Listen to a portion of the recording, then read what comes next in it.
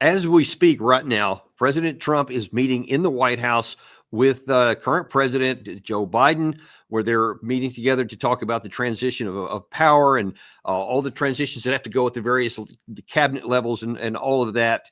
It's a historic event, of course, and no small disappointment, I'm sure, for President Biden. But this is really the bigger issue that we wanted to talk about today. Of course, naturally, is a lot of the senior officials that Trump has picked to roll his cabinet. And by the way, just to set you up, apparently President Trump is going to make some comments when he comes out of the White House. If he does, we'll break to that, get those comments live, and then come back and talk about them on the backside. But to help make some sense out of all these things and kind of take a look at a lot of controversy, even among the MAGA world, about some of these picks that Trump has announced so far, we have Colonel Doug Macgregor, who once at the end of Trump's first term actually worked in the administration, as special advisor to the Secretary of Defense. So he has some definite insight into how these things work and what matters. And so we're going to look at that. But Doug, first of all, just welcome back to the show. We're always grateful to have you here.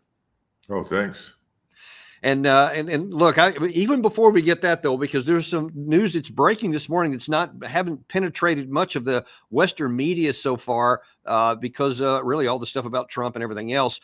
But Turkey has broken diplomatic relations with Israel. Now, especially coming on the heels of Biden's loss and heading into the Trump administration, this seems kind of ill-timed. I'm sure Trump didn't want to have to deal with this, but can you please explain to people why this happened? Because it's going to come out of left field for most people, and why you're concerned about it. No, this is a very important development. Let there be no question about it. Keep in mind that certainly since this tragic war in Gaza broke out and the expulsion and killing of hundreds, tens of thousands, over 100,000 now, I think the Lancet Journal said over 189,000 Arabs, Muslim and some Christian, driven out of their homes permanently, driven into camps, and so forth. Turkey has exercised tremendous restraint, largely because Mr. Erdogan, like everybody else in the region, doesn't want to be involved in a war. He wants to build up his country, build its prosperity. But things have gone from bad to worse. Lebanon has changed the equation for Mr. Erdogan, because 1.5 to 2 million people, refugees from Lebanon, are now moving towards Turkey. And they've already got 4 or 5 million refugees living inside their country. They can't afford any more.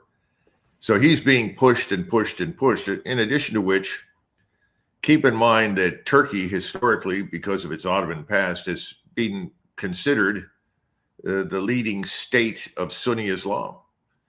And many of the Arabs, most of the Arabs, of course, are Sunni Muslims, have been disappointed in the absence of Turkey as a voice for reason, and also a willingness to combat what's happening in Israel. And I think what's happened now is the assumption that we and the Israelis made was that everyone would sit quietly, do nothing, while tens of thousands of Muslim Arabs, first in Gaza, secondly in southern Lebanon, and increasingly in the so-called West Bank, would be killed and made homeless, and nobody would do anything about it.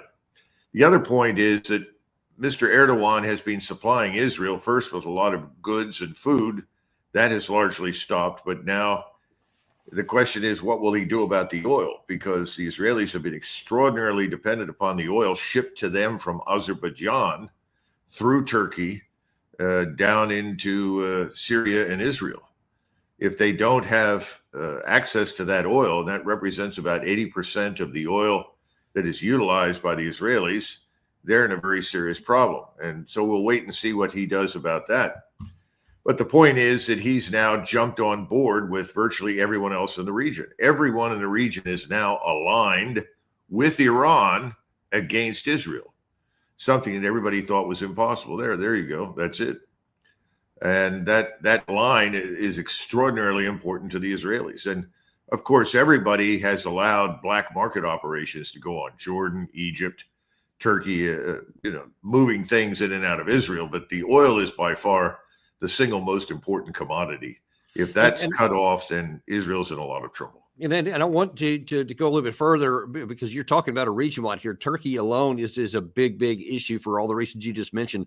But it's not just Turkey. You also have what was enmity between Saudi Arabia and Iran. Actually, China helped bring them together not long ago. But now then, even in the last few days, they're also getting closer and closer together diplomatically. How do you see that?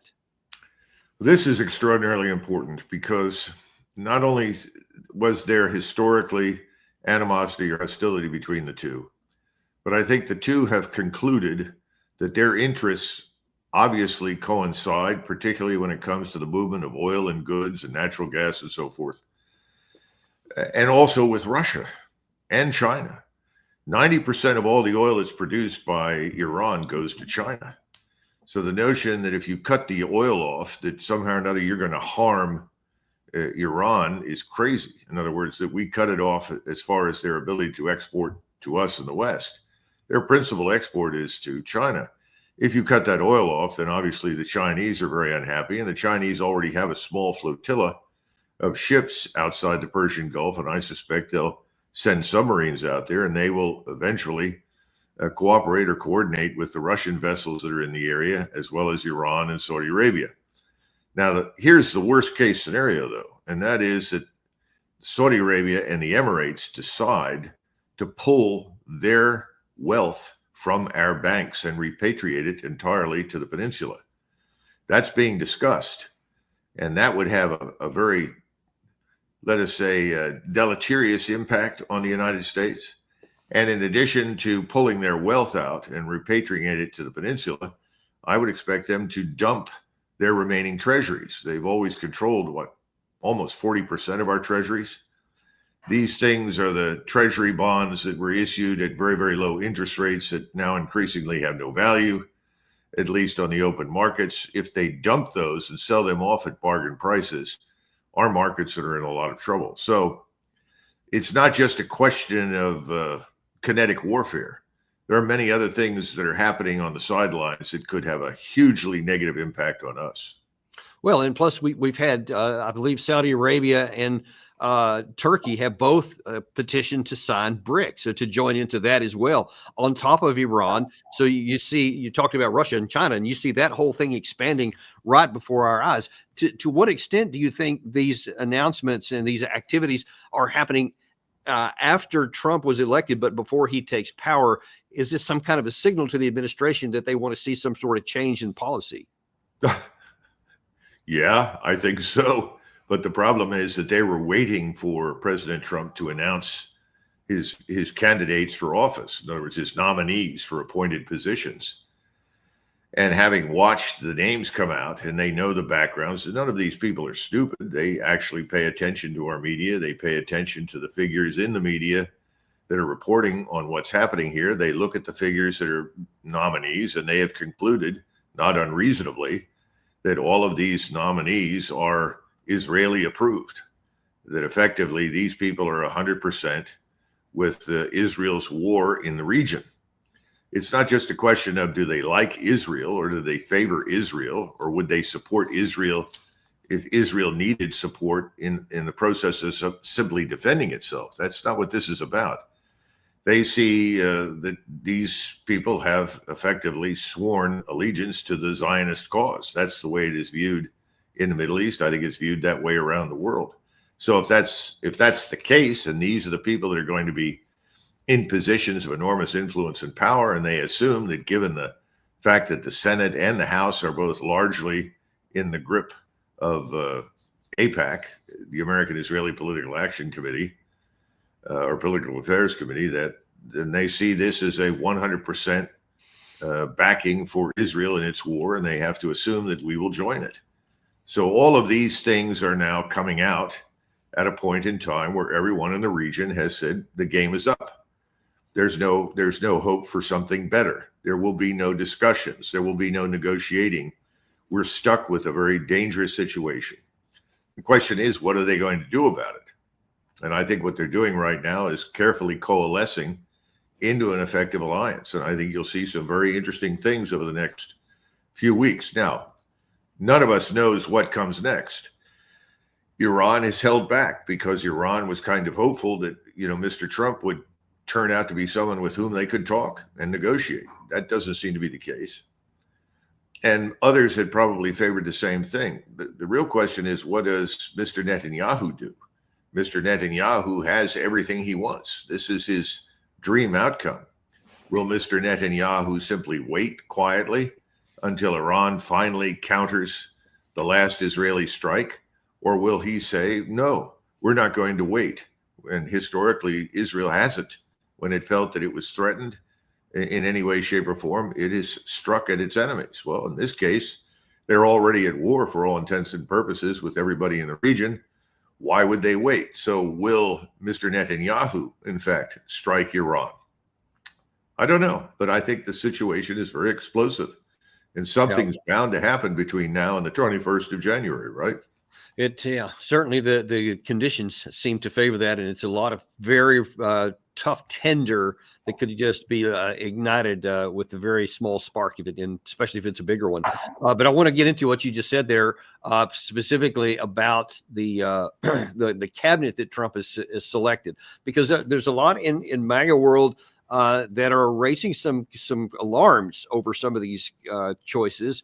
And of course, nobody's been confirmed yet. This has just been an announcement, but just based on the choices, there's some concern about the direction they're going. And I want to look at some of that. We're going to start off with Secretary of Defense nominee Pete Hegseth from Fox News, who was interviewed just a few days ago, actually a few days before all this came in, with some very illuminating things.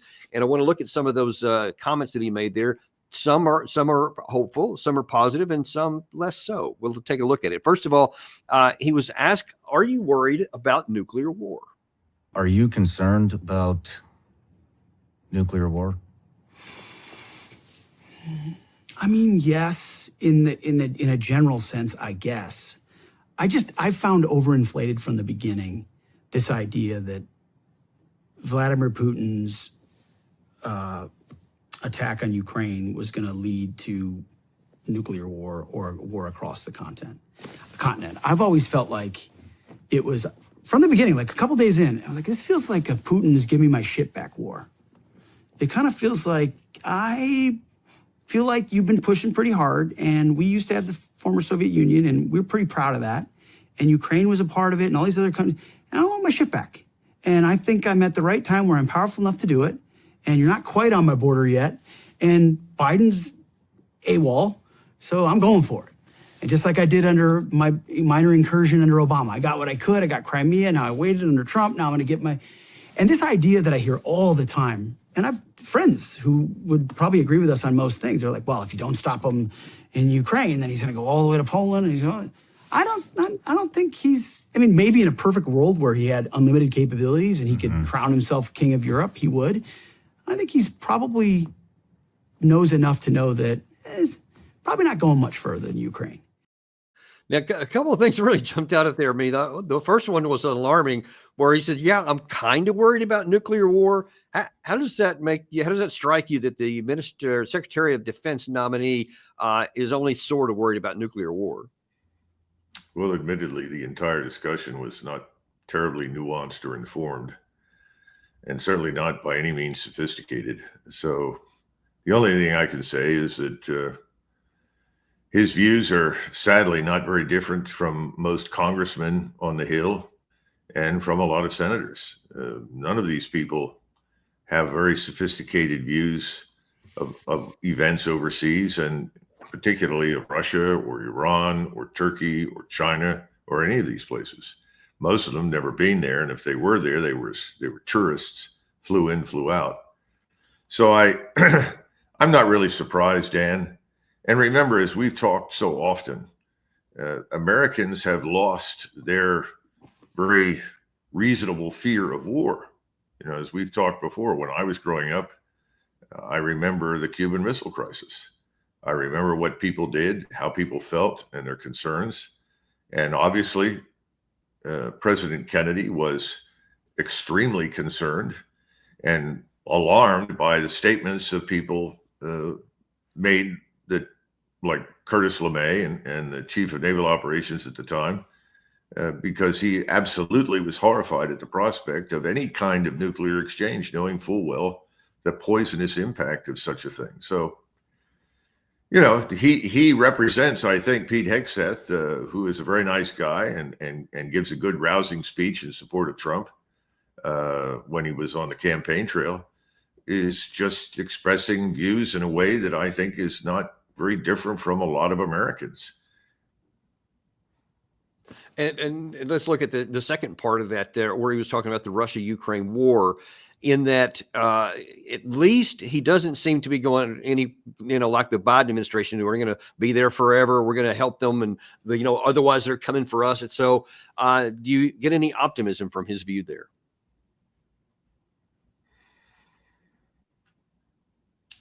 Well, I think he reflects the attitude that's developing, that we've wasted enough money on this enterprise. He says, well, I don't think he'll go much beyond Ukraine. That's fine. And he's not going to go much beyond the Dnieper River unless, we compel it. So that's fine. But this, again, is blowing with the wind in Washington. The wind has changed in Washington. The money is drying up. No one wants to stand up and say what a catastrophic error this was and admit the folly. So everybody sort of says, well, that's enough. We've done all we can. And they walk away. We did that after Vietnam. Very little accountability is involved. It doesn't give me much hope for any sort of rational approach in the future, Dan. I mean, come on, let's face it. It's easy to say now, well, I guess that's not going to work. But thanks very much. I mean, look at the legions of people who are saying, well, I guess Ukraine can't win. And just 6 weeks ago, they were hard over, and he wasn't any different. Let's give more strike weapons to the Ukrainians so they can do more damage to the Russians. That was something from Waltz when he was in Congress just a few weeks ago. Now he's changed his tune. It doesn't give me any confidence that we have anybody thinking entering these offices at the moment.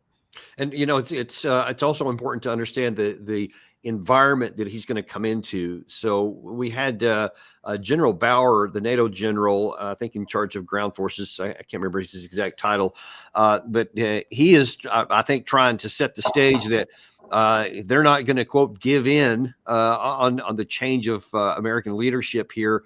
Were a couple of things he exposed here, which I don't think he intended to. First of all, his comment there, he said, actually, Afghanistan was never of strategic importance. If we're really honest, we spent 20 years there and blah, blah, blah.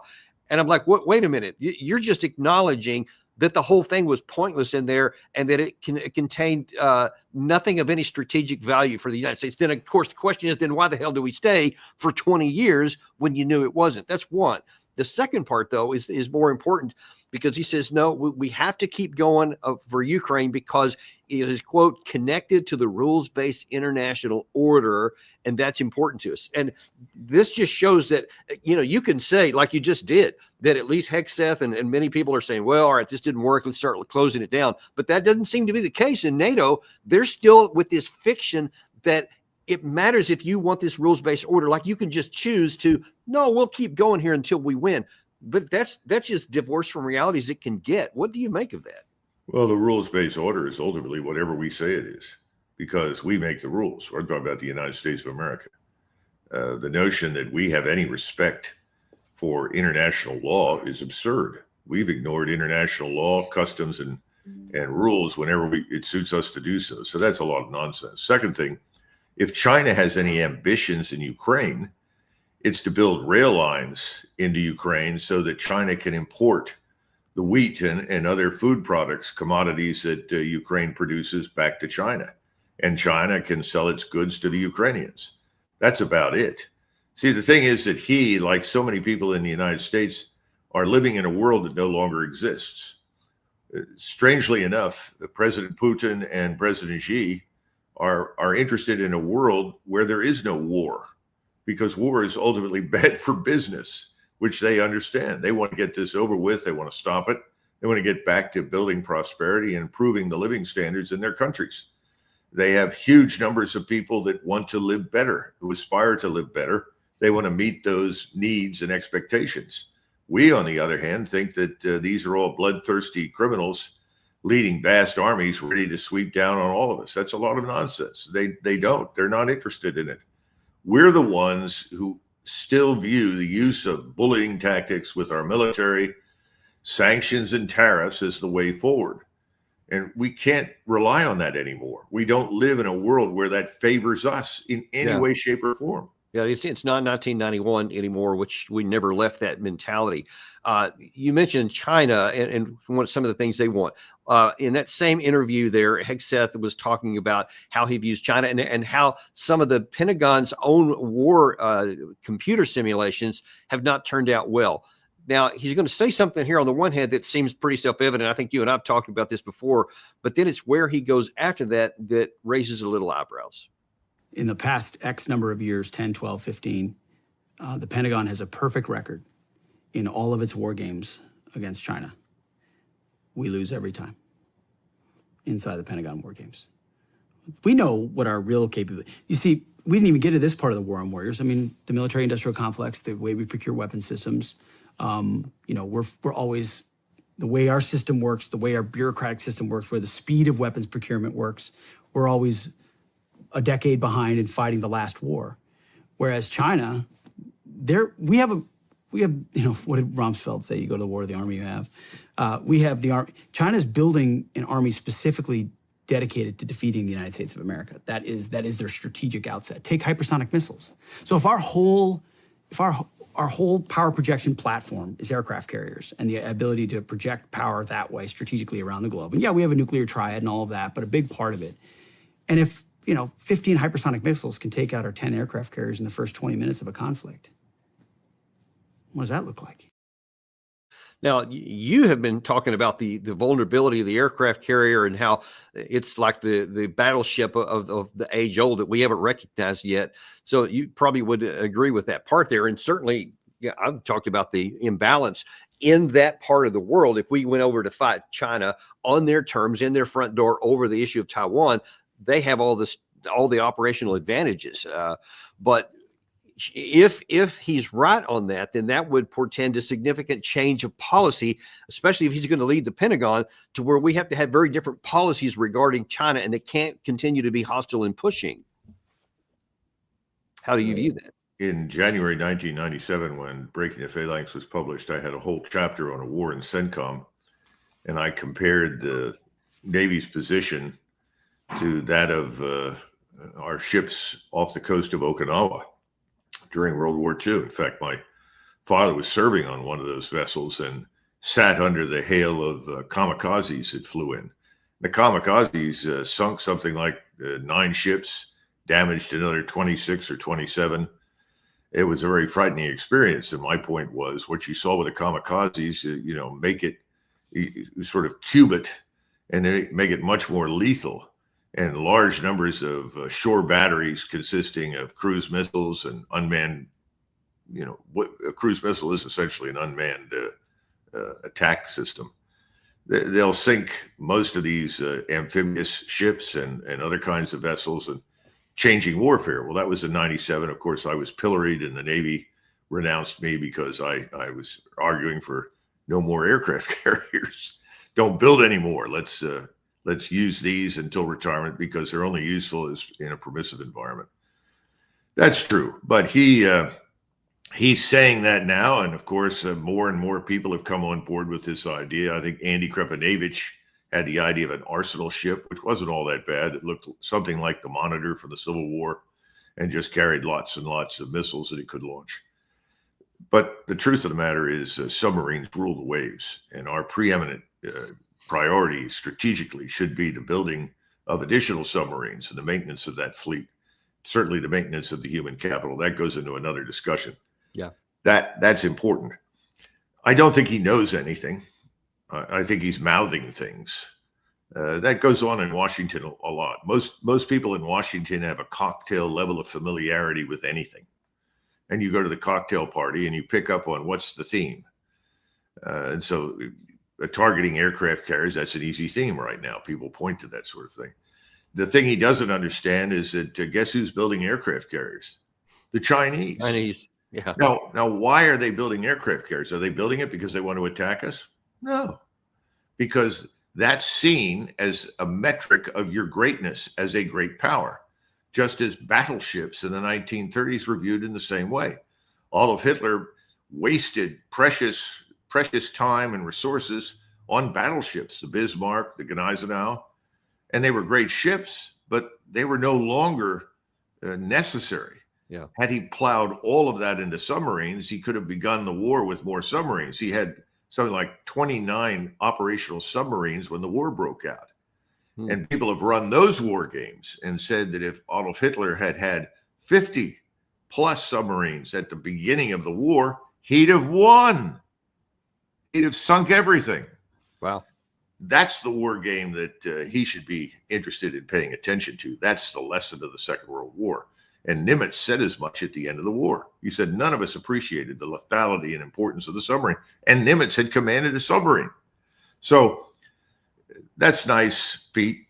Great. That's not part of a larger strategy. There is no new strategy. If there's no new strategy, you can't get a new structure. If you don't have a new structure, you're not going to get new people. You're just putting one or two people here or there that you think are going to lead somewhere new. It doesn't work that way.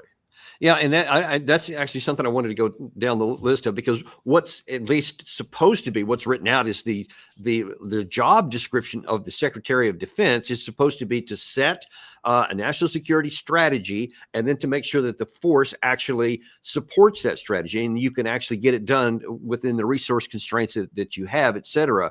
And he mentioned in that clip there something that Rumsfeld had said in 2005. He said, well, you get the army that you have when you go to war.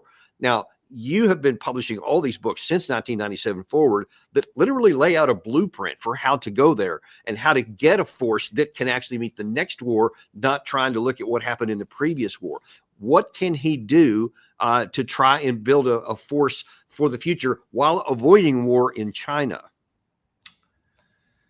Well, I'm glad that somebody's finally wakened up and started talking about the folly of war with China, because my point on China from the very beginning has been that there's an old saying in the Navy: a ship's a fool to fight a fort. In other words, if you think your ships offshore are going to demolish a well-fortified site that's ashore with all the equipment and capabilities and weapon systems to fight back, you're wrong. You're going to lose. China is the largest fortress in the history of mankind, and all of their investments in shore batteries and missiles makes it very, very dangerous for us to approach China. And that's the whole point. We talk about this denial strategy that the Chinese have invented, or they haven't really invented it, but adopted. And we keep talking about how we're going to break through this denial strategy and win the war. Well, that's a lot of nonsense. You can't do it. They've got more missiles than we have ships. They have more capabilities to hurl at us than we have ships. But the truth is that with 7 or 8 nuclear-powered attack submarines, you could shut down all the commerce that goes in and out of China from the sea. Think about that. So the notion of building more surface ships at this stage for that kind of purpose makes no sense. But that threat is understood by the Chinese. They're working very hard to try and make some breakthroughs in anti-submarine technology. Now, having said all of that, let's get back to strategy. There's no point in attacking China. It doesn't make any sense. Asia is not interested in war. Nobody in Asia wants to go to war. This is the great myth that is perpetrated in Washington to justify out-of-control defense spending. This is where you get people like Elbridge Colby, who for years has been talking about the war with China. He thought he could become Secretary of the Navy and then ultimately preside over some wasteful buildup of the surface fleet to reenact whatever happened in the 1960s or 70s, to realize Admiral Zumwalt's dream of a carrier-based fleet attacking the Russians on the Kamchatka Peninsula. Well, that was fine for Admiral Zumwalt, and he was a brilliant man, but that makes no sense now. So you need a different strategy, and we have to get past assuming certain states are enemies and others are friends. We live in an environment where everyone is a limited liability partner. That means that we share interests with most people most of the time. We want access to the global commons, space, the atmosphere, the oceans, and so forth. That's what's important.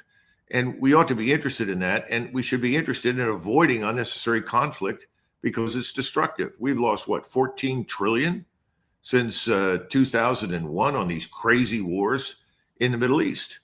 And you and I sat in the desert in 1991 when victory was declared, long before anything of real importance had happened. And what was really important? It was the decapitation or removal of the people in Baghdad. Okay, you put in another bunch. You offer control to a new group of generals, invite the UN to come in and hold elections, and you get the hell out. That was something that should have happened in 2003, but we were fighting for different reasons. We were trying to make the entire Middle East, along with much of the world, safe for Israel. It hasn't worked very well. It's made matters much worse for Israel. And that's been obvious to me and to many Israelis since 2003. That's mixing apples and oranges. Well, Afghanistan was irrelevant, but Ukraine is really important. Why? We have no long-term strategic interest in Eastern Ukraine. Nobody in Europe does.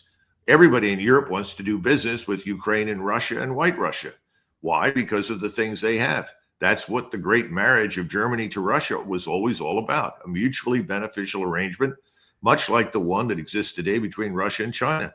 We need to get out of this. We don't fit into it, and it's not in our interest, but we need a new strategy along the lines that I've discussed. Yeah, indeed we do. And in fact, because you mentioned that about the Middle East also, and how we've been trying to reorganize that or reorder it, and has just been backfired. Here is what Hegseth said regarding the Middle East. And interestingly enough, because he starts off by saying that he's a reformed neocon. I've been a recovering neocon for 6 years now. Like the foolishness with which we ricocheted around the world, intervening, think it was in our best interest, when really we just overturned the table and created something worse in almost every single scenario, has led to almost, I mean, the hubris of the Pentagon is that they want to now tell other countries how to do counterinsurgency based on what we did in Iraq and Afghanistan. Like, are you kidding me? So you really have learned nothing.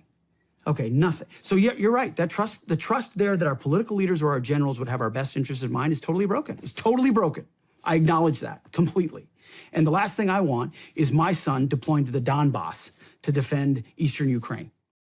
Now, before I get your comment on that, he says he's a recovering neocon from 6 years ago, but here's something that he said regarding the Middle East from 4 years ago. Sometimes you have moments, Steve, and I happen to believe that we can't kick the can down the road any longer in trying to prevent Iran from getting a nuclear bomb. They used the killing of Soleimani as an excuse to say, we're scrapping the Iran deal. We all know they were scrapping it anyway. So what better time than now to say, we're starting the clock. You've got a week. You've got X amount of time before we start taking out your energy production facilities. We take out key infrastructure. We take out your missile sites. We take out nuclear developments. We take out popular capabilities.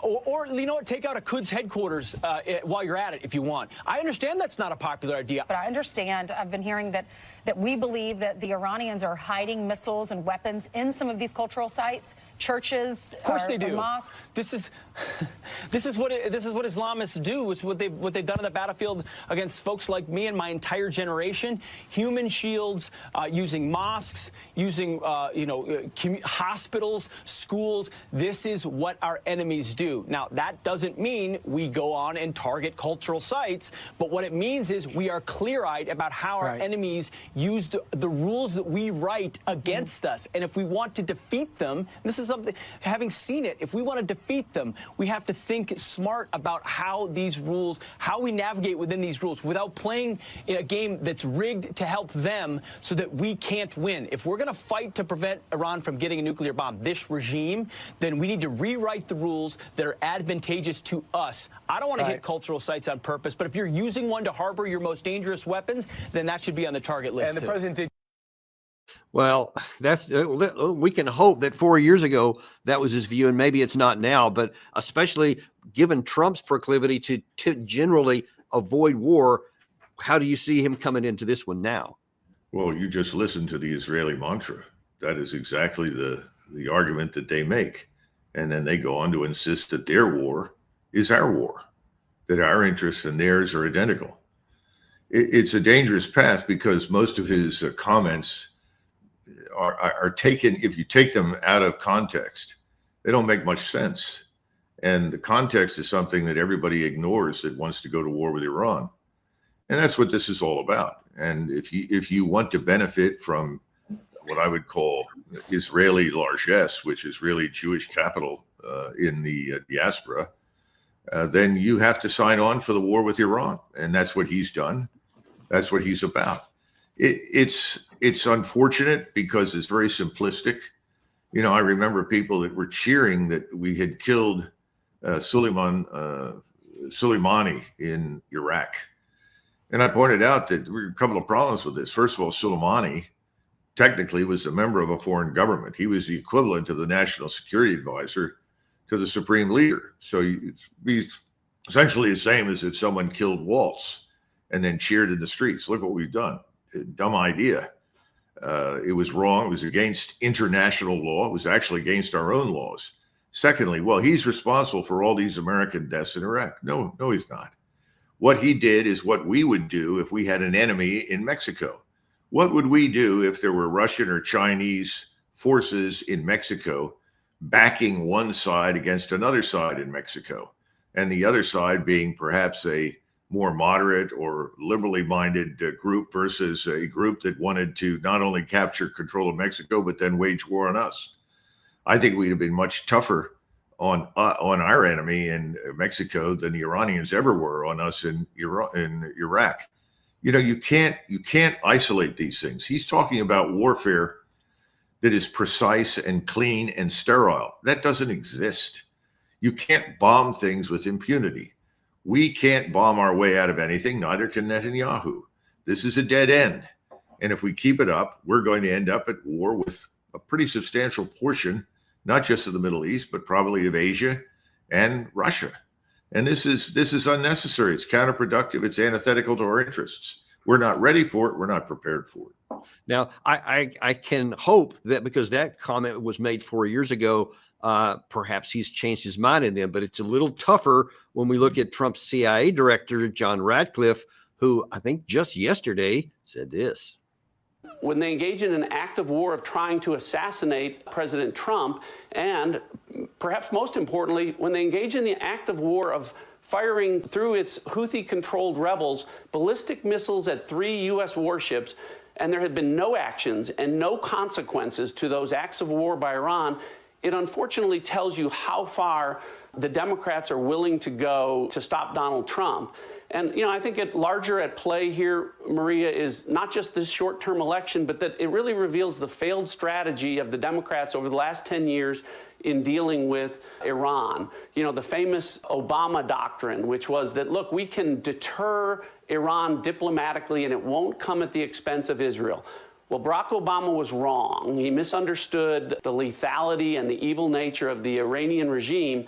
And what Israel has done is essentially employ the Trump doctrine, a maximum pressure campaign, understanding that the only way to deter terrorists like Iran and their proxies is to put your foot on their throat. And Israel has done that.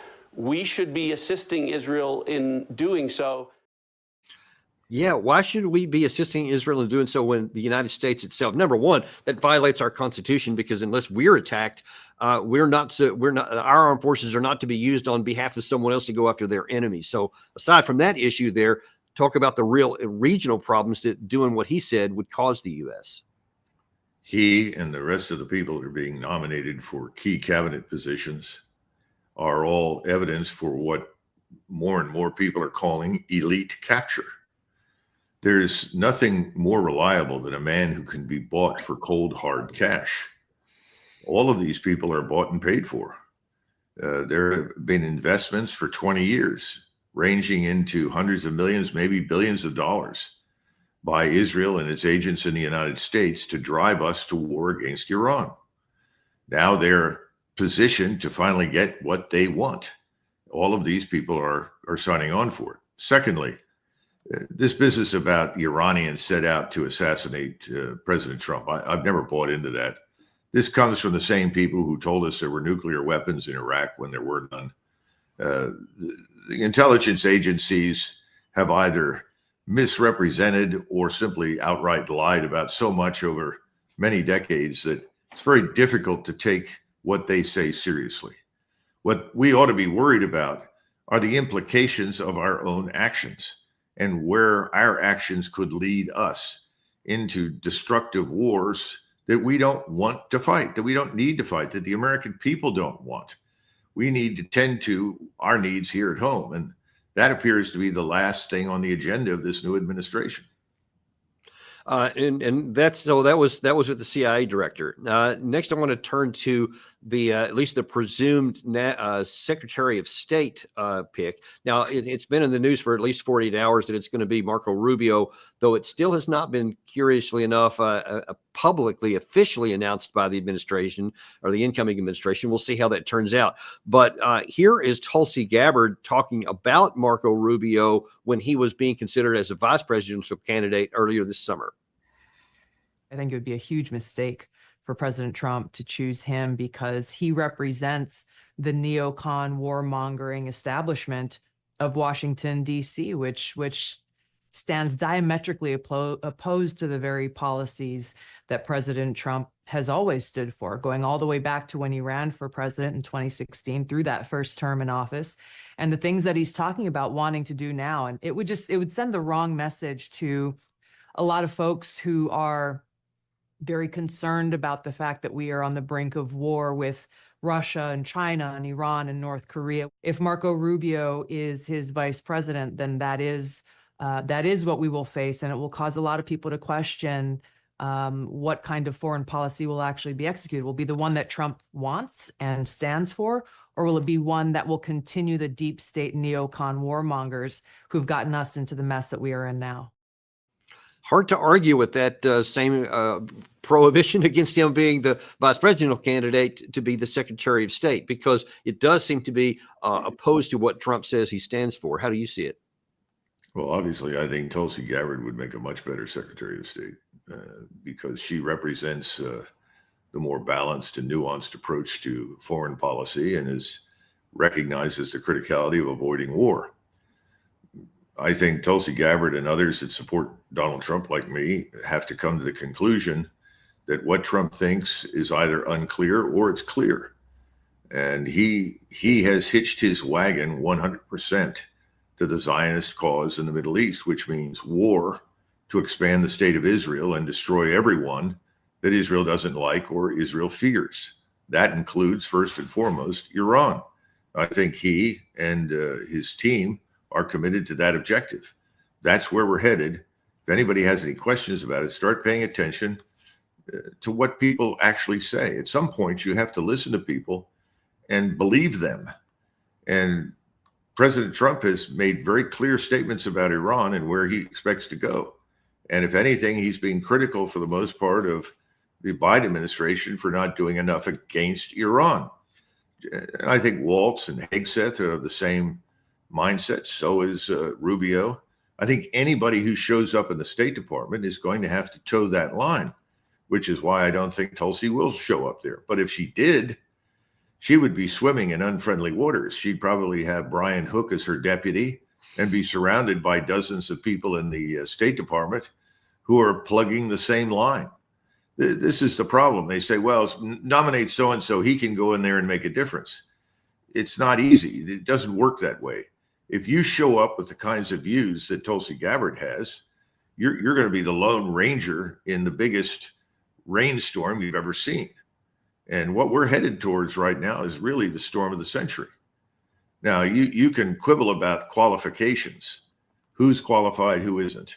You know, for instance, somebody called me, a journalist, and said, what do you think about Pompeo? I said, well, listen, I don't share his views. He and I have virtually nothing in common in terms of our views of the world, but Pompeo is qualified to be Secretary of Defense. There's no question about that. Would I support it? No, and I would argue against it. I'm glad he's not on his way into that job. Then you have to turn your attention to the others that are being appointed in various positions, like Waltz and now Hegseth, and you have to ask, where's the evidence for the kinds of things that you would look for in those positions? And I don't see much evidence for them. I mean, I don't want to be that harsh. A friend of mine who's a retired 4-star, and yes, I do have some 4-star friends that are retired, sent me a note, and he said, this is like appointing a tattoo artist to run healthcare for the country. Well, I don't think it's that bad, but people ought to be more concerned about what does this man really know? What does he bring to it? Now, if you're on the Hill, if you're in the Senate, and Rick Scott has made this very clear that whomever Trump, wants in those jobs, he's going to deliver. And I think you've got to keep in mind that once again, the basic question is, where do you stand on war with Iran? What are you prepared to do? That's very important. That's the litmus test right now. And according all to of that these litmus people test, pass that test, Dan. I don't. You don't, Yeah. but they do. and towards that to end on that litmus test, how about Mike Waltz? Where does he come down on that? Oh, I think he's very strongly in support of it. He was the guy that just a few weeks ago was arguing we need to give more strike weapons to Ukraine so that they can do more harm to the Russians. I mean, he's done an about face on that, much like Hegseth has, because Trump has, and has moved in a different direction. But these are people that are all ambitious, and that's a good thing. But they're also well aware of which way the wind is blowing. Remember, the problem on the Hill is preeminently concerned about keeping the money flowing. That's the other issue. Are you going to keep the money flowing behind closed doors? You're not going to change anything, are you? Don't slow it down. We got to keep it going. And that's what everybody has done now for decades. Oh, we'll keep it going. Don't worry about it, Senator. We'll keep it going. My shipyards have to operate. They have to produce. I got it. I understand that. That's where we are. Okay. And I think these people are all signed on for that. Radcliffe as well. But none of these people are people that you would compare with, say, someone like Paul Nitze, who was Secretary of the Navy, who was a very thoughtful man. And he struggled, in the Navy with ship design like everybody else because he got tired of seeing the same ships turned out from shipyards that were clearly obsolete when there should have been new ships with, based on new designs. Yeah. He was moderately successful, not much, but at least he was a thoughtful man. He understood the strategic calculus. He was part of a generation of people, Republicans and Democrats, who all understood what the word war means. These people don't. They think war is Afghanistan. This is what I call bullet launchers against bullet launchers. We've talked about this before. Yeah. The kind of war you want to avoid is one where the enemy shoots his AKs and you shoot your M16s. That's called symmetric warfare. We don't want it. We don't want to be involved with it. And somebody with an AK in a distant, remote place of no value to us, no education, and 16 brothers and sisters is just a drop in the bucket and can be killed and replaced instantly. But the people we commit are educated, trained, and they come from families that love them and know them. And they're only family, 2 or 3, perhaps in that family at most. The Israelis are in the same boat. Is that where we want to waste our human capital on these kinds of stupid things? And Tulsi Gabbard has said, no, we don't. She stands for that. I say, no, we don't. That's absolutely clear. All of a sudden, we're back to the same old thing. Well, Ukraine hasn't gone so well. Forget Ukraine. It's going to go away. It's like Vietnam. It went away. Now, what are we going to do? Oh, well, we got a new war to fight. That's in the Middle East. We got to join Israel and wipe out Iran. Nobody asks the question is, what does wipe out Iran mean? And if it means Iran's total destruction, how does that help us? And who does that bring into the equation for discussion? Nobody cares. It's not important. The average American listens and says, oh, yeah. Oh, those Iranians, they're bad guys. He's listened to that from Fox News, NBC, CNN forever. Doesn't know anything about Iran. And all of a sudden, oh, yeah, well, we'll bomb Iran. No biggie. Let me get back to work. Yeah. That's a bad assumption. Yeah, this is like as though they're Syria. I think it was like Obama, Trump, and Biden all at one point or another launched some strikes into Syria, and there was, of course, Syria can't do anything about it. And I think that they think the same thing for Iran, but obviously that's going to be a significant difference. For what it's worth, I wrote a paper, and I was encouraged to write this paper. It's long, which is always bad because no one in the United States likes to read anything that's more than a few hundred words. This is long. It's 5,700 words. And it looks, what do we need? We need a new strategy. What's that strategy look like? Then what are we going to do about the armed forces? How do we design them? You know, what's driving change? And finally, what are we going to do about the overhead? You know, what's the overhead? And it goes through it pretty systematically. And it's posted by on a website, an anti-war website that supported RFK Jr. It's going to be posted sometime today by Dan McAdams on Ron Paul's website at the Ron Paul Institute. I encourage people to look at it because it was written to be a blueprint that could be a start point for fundamental change, for diverging from the failed policies of the last 3+ decades and move us in a new, more productive direction. It'll be castigated and hated by the neocons and their supporters who want us to go to war with Iran. And it doesn't say don't go to war with Iran or go to war with anybody. On the contrary, it says we need a new strategy. This is the framework, and we need new forces to implement it because the forces we have really are based on something that emerged from the Second World War that's almost 100 years ago. So I encourage people to look at that. I think the easiest access is probably to the Ron Paul Institute's website. People ought to look at it. You don't have to agree with all of it, but consider it as an alternative to where we're headed. And I think we're headed in a very dangerous direction. We haven't even talked, you and I, about the financial system. Right. You know, our banking system, according to all of the experts, whether it's James Ricards or Peter Druckenmiller or Gundlach or Nassim Taleb, is 8 times worse today in terms of fragility than it was in 2008. Hello, are we crazy? This isn't going to survive this kind of war, particularly if we go back to where you started. And suddenly Saudi Arabia and the Emirates, which have historically aligned with us, have marched out of our camp and said, no, we don't support this, and decide to pull all of their wealth out. Yeah, what do we do at that point? What's the impact on us? Well, I think we know.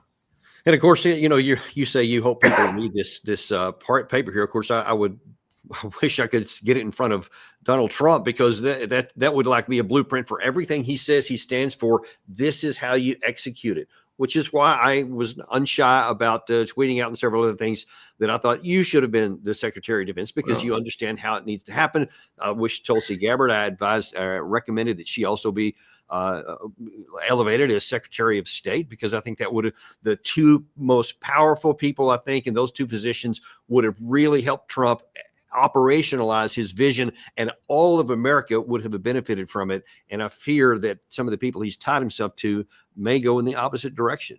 Well, Dan, consider this. The President of the United States is unique in the world because he is simultaneously both the head of state, which is normally where you see a king or an emperor, and at the same time, he's the political leader of the country, and especially his party. So he's two things at once. Now, why is that important? Because a lot of people invested very heavily in him for the purpose of getting him elected so that he would back the war against Iran. That needs to be understood. Now, it's very, very difficult under the circumstances for him to ignore that, even though it's obviously in the interest of the American people, in my judgment, to stay away from that option. But he has to take their views into consideration. Anybody who thinks that money in politics really doesn't buy you anything is wrong. Money buys a lot, and cold hard cash in great quantities has a reason or a reasoning of its own. And you can't survive in politics without it, or at least that's the view. And that's where we are. And it's not just President Trump, it's the entire government. The entire government falls into that particular category. And just, I guess, lastly here, what could Trump, if Trump was watching our show here, or if he asked you your advice on this, what could he do to navigate that, try to thread that needle you're talking about there, but with these people he has in place to still get them to do his vision of the world and keep us out of wars? Well, I'm not sure that's his vision. It's a good question. What is his real vision? You also, in addition to listening to what people say. You've also got to look at what they do. When you look at the cabinet, that's what he's doing. And if you don't think that matches things that he said in the past, well, then which side do you come down on? You have to come down on the side of what does he do? So I think it's pretty clear. Now, every president, let there be no mistake about this, has the right to select whomever the hell he wants. Now, the Senate doesn't necessarily have to comply. And clearly, during his last administration, he had no support from anybody on the Hill. Mitch McConnell ran a very powerful campaign of prevarication and outright disobedience and opposition. And he had the support of Schumer and his friends in the Democratic Party. This time it's a little different. The Republicans are going to control the Senate. They're going to have a new leader. It's probably Rick Scott, I suspect. Rick Scott is a loyal soldier. He's going to give Trump what he wants. But at the same time, remember that the Senate doesn't have to do that. They could resist. They could say thanks, but no thanks. But historically, Senate has turned out to be a rubber stamp Roman Senate. And the president is effectively being like the emperor. Unless, of course, it represents a disruption in the money flow. If you're going to stop the money, that's bad news. And so anybody who talks about cutting anything in terms of spending, that's like, walking into a party as Dracula and everybody who is there is holding the blood bank in their hands, You're Dracula, you have all the blood, you're not going to give Dracula any blood. So, I'm afraid things are going to have to progress to the point where there is no longer any choice but to cut. And we're not as far from that as many people think. And again, I cite the people, Ricards and the others. And remember, debt has always brought down empires. And we are an empire at this point, like it or not. Yeah, it's entirely possible that we don't make a lot of these choices because it makes the strategic and tactical sense to do, but because we're financially constrained at some point. And man, part of me wishes that pressure could come earlier to prevent some of the worst outcomes that some people seem to want to do, because there is no reason for us to go to war anywhere in the Russia-Ukraine situation, in the Middle East, or in Asia. None of our interests would be served by there, and it would be nothing but a net loss, probably in every category. And we can only hope that sanity will prevail once whoever ends up getting these positions is confirmed. Yeah. By the way, before I leave, there are two things I wanted to tell your audience. There are two wonderful podcasts, one with Scott Ritter and the other with Brian Berletic. And the one with Scott Ritter addresses this issue of advice and support and presidential action. And it's worth listening to him because his essential argument is correct, that at the end of the day, presidents can be given all sorts of advice, but that doesn't mean they have to take any of it. And they frequently don't. And Brian Berletic gave a great synopsis of the situation in Ukraine, which points to this unending steamroller across eastern Ukraine. And it's headed to the Dnieper River, as we've discussed before. Yeah, that's where it is. And I think anybody on the Russian general staff would argue we should at least reach that river, and we should reach it long before President Trump comes to office.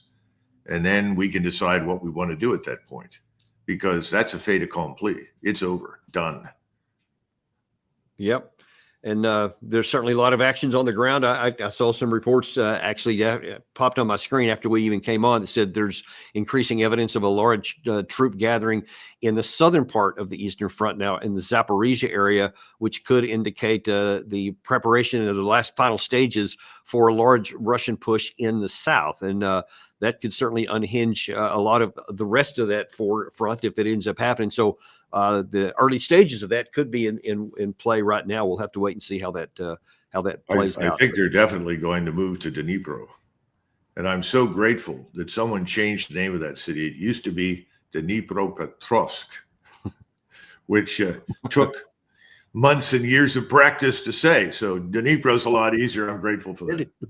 But it is. I think that's coming. Yeah, well, we're right. going to find out. we're certainly going to find out, and that could have a significant impact on what the Trump administration does, especially if you're right and that starts to fall apart before he even gets in.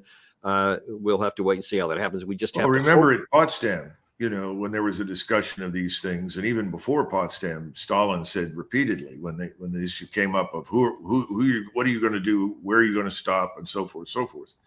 He said that these facts will be decided on the ground by the forces that advance, and wherever we advance, we stay. And that's exactly how it turned out. Well, listen, we'll continue to monitor all these things. And Doug, is always very, very grateful for your frank insights and all this, especially your historical contrast and understanding of how things have worked in the past and how it impacts the current and probably future of our country. So thanks very much. Hey, thank you, Dan. And as always, we are very grateful for you. Be sure and like and subscribe if you're new to our channel. I'll also recognize that we have a podcast version now. I know everybody can't always watch everything on the video, but you can go to Apple Podcasts, Spotify, Podcast Addict, and just type in Daniel Davis Deep Dive, and you will find us there. Thank you very much, and we'll look forward to seeing you on the next episode of Daniel Davis Deep Dive.